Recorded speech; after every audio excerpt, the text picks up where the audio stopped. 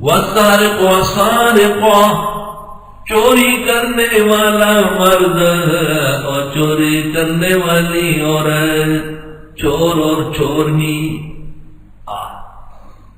مرد زیادہ چور ہوتے ہیں، ان کو موقع زیادہ ملتے ہیں، اور عورت کم چور ہوتی ہے۔ کئی خاوند سے پیسے چوری کیے، کئی ساس نے بہو سے، بہو نے ساس سے کچھ مار وال دیا ہے۔ عجائب و غرائب ہے دنیا میں۔ استغفر اللہ، کہتے چوری تھوڑے سے مال سے شروع، پھر عادت ہو جائے۔ یہ بڑی بڑی بسوں میں اور ریل میں اور اس میں بڑے بڑے چور ہوتے ہیں، بڑے خاص طریقے سے آدمی سے بات گپ شپ لگا کے آپ کو ایسا ماہوا کر دیں گے، آپ کو پتہ نہیں چلے گا۔ جب اتریں گے تو آپ کہیں گے سب کچھ صاف ہو گیا۔ ہمارے ہاں ایک گھر کے لوگ آئے اور انہوں نے مجھے خط لکھا کہ ہماری بچی ہے، بڑی قابل ہے، لکھی پڑھی ہے، لیکن افسوس کہ بہت بڑی چور تھی۔ جب بھی بازار جاتی ہے کسی سونے کی دکان پہ، ہیرو جواہرات کی دکان پہ، قیمتی چیزیں چوری کر کے آ جاتی، اور بالکل ہم موجود ہوتے اور ہمیں پتہ نہیں چلتا۔ دکاندار کو تو ساری پیدا کر سکتے، اور خط میں لکھا ہوا تھا کہ اس وقت وہ آپ کے گھر پر آئی ہوئی اور آپ اس کے لیے تعویذ لے کے یا دم کرے۔ مجھے ایک دم خیال آیا کہ یہاں چوری نہ کر، جو اتنی بڑی ماہر ہے۔ جب تحقیق کی تو یہاں بھی چوری کر کے بیٹھی، لیکن پکڑی گئی۔ اللہ استغفر اللہ، توبہ۔ چور چوری ہوتا ہے، منہ میں جب دانت ہو نا وہ دکھنے لگے تو اس کا علاج کیا ہے؟ نکالنا۔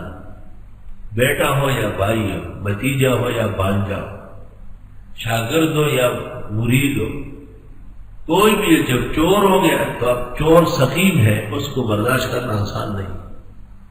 چور کو برداشت کرنا چور کا کام۔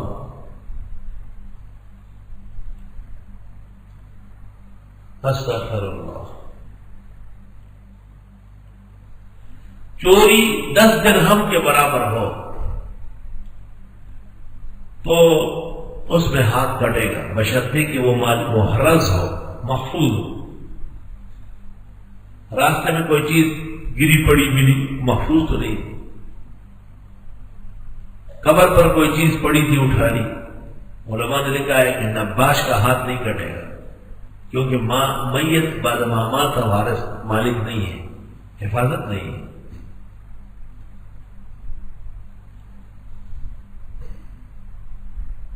چور اور چوری کا ہاتھ کلائی سے کاٹا جائے گا، اور پھر دوبارہ ہاتھ لگ سکتے یا نہیں؟ بظاہر تو تنبیہ ہے تو نہ لگے، لیکن زمانے حال کے بلاد عرب کے فقہاء نے اجازت دی ہے۔ اب 15ویں صدی میں اتنے فسادات اور فتنوں میں بھی سعودی عربیہ کے اندر سونے کی دکانیں نماز کے وقت کھلی ہوئی، دکاندار چلے جاتے ہیں، کپڑا نیچے کر دیتے۔ ایک جگہ میں بیٹھا ہوا تھا، کچھ ہمارے ملک کے مزدور تھے، مجھے کہتے ہیں استاد یہ کیا رکھا ہوا ہے؟ میں نے کہا وہ ڈالر ہے، کہا اٹھا کر لے۔ میں نے اٹھاؤ، کہنے لگا نہیں میرا بڑا پیارا ہاتھ ہے۔ سعودی عربیہ والے تو اٹھانے پر بھی کاٹ دیتے ہیں، ہمیں ملا کہ ہم بھی چوری کی قسم،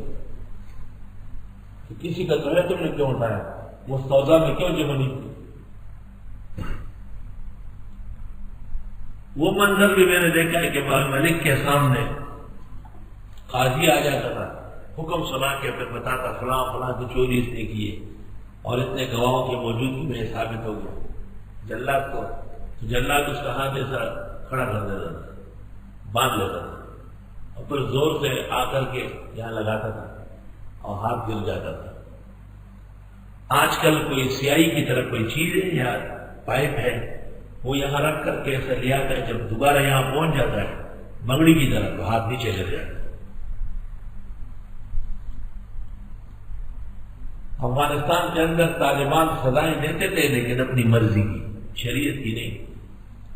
مثلا کسی پر حد جاری کرتے تو پنڈلی سے مارا، حالانکہ لا حد الا بالسیف، ابو حنیفہ اس پر عمل کرتا ہے۔ ہمارے یہاں حد کے لیے ضروری ہے تلوار، اسی پر حنابلہ کا عمل ہے۔ ہزاروں علماء نے طالبان کو سمجھایا، لیکن طالبان کا معنی یہ ہے کہ کسی کی بات نہیں ماننی۔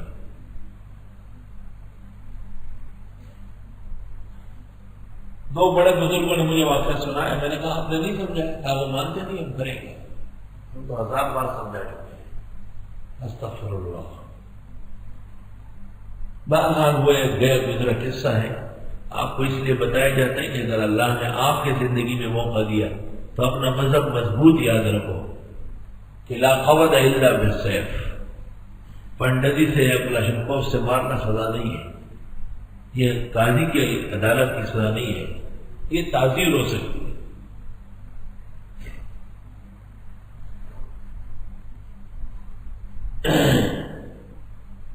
والسارق والسارقۃ، چور اور چورنی، یعنی چوری کرنے والا مرد اور چوری کرنے والی عورت، زنا کے اندر عورت کو مقدم کیا ہے، الزانیۃ والزانی، کیونکہ عورت محل شہوت ہے۔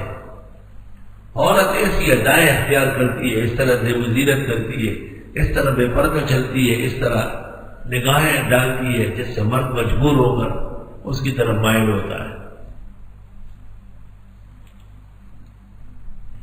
اور کہتے ہیں کہ شہوت جو ہے یہ ضعیف کو زیادہ ہوتی ہے، عورت ضعیف ہے،